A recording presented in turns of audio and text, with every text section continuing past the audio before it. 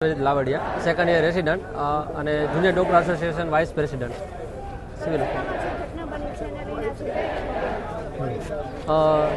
9 ઓગસ્ટના આરજેકર મેડિકલ કોલેજમાં second year resident સાથે જે દુષ્કર્મ અને મર્ડરનો કેસ બનાવ બનેલ છે તે અંતર્ગત અને ત્યારબાદ 14 ઓગસ્ટના રોજ જે બહોળા પ્રમાણમાં લોકોના ટોળા દ્વારા જે પ્રોટેસ્ટ કરેલા વિદ્યાર્થીઓ ઉપર હુમલો કરવામાં આવેલો અને સાથે સાથે મેડિકલ કોલેજ અને હોસ્પિટલના બિલ્ડિંગને જે નુકસાન પહોંચાડવામાં આવેલ છે ત્યારબાદ આ જે પ્રોટેસ્ટ છે એ પૂરા દેશમાં ઉગ્ર આંદોલનમાં પરિવર્તિત થઈ ગઈ છે અને જેમાં ઠેર ઠેર જગ્યાએ પ્રોટેસ્ટ અને આ રીતે આંદોલન અને રેલીઓ થઈ રહી છે કે જેના દ્વારા પીડિતાના પરિવારને ન્યાય મળી રહે તેમજ જે લોકો જવાબદાર છે જે આરોપી છે તેમને તાત્કાલિક ધોરણે પકડી પાડવામાં આવે અને પારદર્શક રીતે ન્યાયિક રીતે પ્રક્રિયા કરવામાં આવે એવી આપણી માંગ છે. રેલી યોજવામાં આવી છે.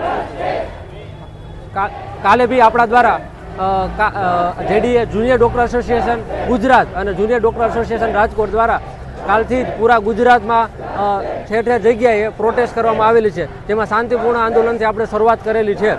જેમાં દરેક જગ્યાએ હોસ્પિટલમાં નોન ઇમરજન્સી સારવાર, ઓપીડી સારવાર અને ઇલેક્ટિવ ઓપરેશનને એ બધું સ્થગિત રાખી અને દર્દી નારાયણને કોઈ પણ પ્રકારની પ્રોબ્લેમ ના થાય તે માટે ઇમરજન્સી સારવાર આપણે રાબેતા મુજબ ચાલુ રાખેલ છે.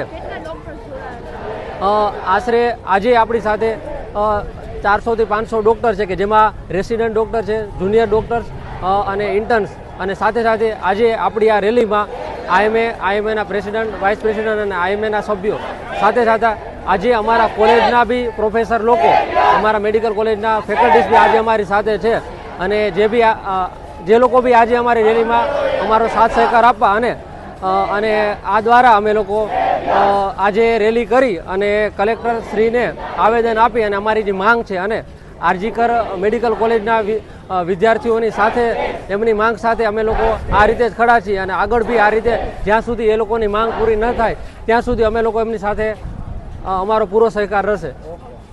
કલકત્તામાં જે ઘટના બની મહિલા રેસિડન્ટ ડૉક્ટર દીકરી જોડે એ ખૂબ નિંદનીય છે, દર્દનાક છે અને આઘાતજનક છે અને જે બર્બરતાની જેણે તમામ હદ વટાવી છે એ બનાવ બન્યો છે. એના માટેનો આ સ્વયંભૂ જુવાળ આપણે જોઈ શકીએ છીએ. તમામ ડૉક્ટરો, મહિલા સ્ટુડન્ટ, ડૉક્ટરના પરિવારજનો પણ આ દુઃખદ ઘટનામાં આ ઘટનાને વખોડી અને સાથે જોડાયા.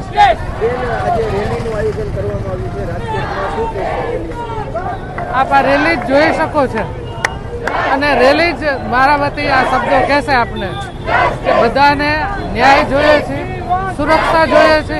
જો તબીબ પોતે સુરક્ષિત હશે તો જ એના દર્દીઓને સુરક્ષાપૂર્ણ વાતાવરણમાં સારવાર આપી શકે. મહિલાના પરિવારને કેવો ન્યાય મળવો જોઈએ સરકાર તરફથી? સંપૂર્ણ ન્યાય મળવો જોઈએ. આ માત્ર ડૉક્ટર મહિલાનો નથી, સમાજનો છે, સમાજની દીકરીનો છે અને સમાજની તમામ દીકરીઓ માટે છે. અને એટલે જ આપણા મોદી સાહેબની એ વાતને અમે વિશ્વાસ મૂકીને આગળ વધારીએ છીએ કે મહિલાઓ પર થતા કોઈ પણ અત્યાચારને સાંકળવામાં ના આવે.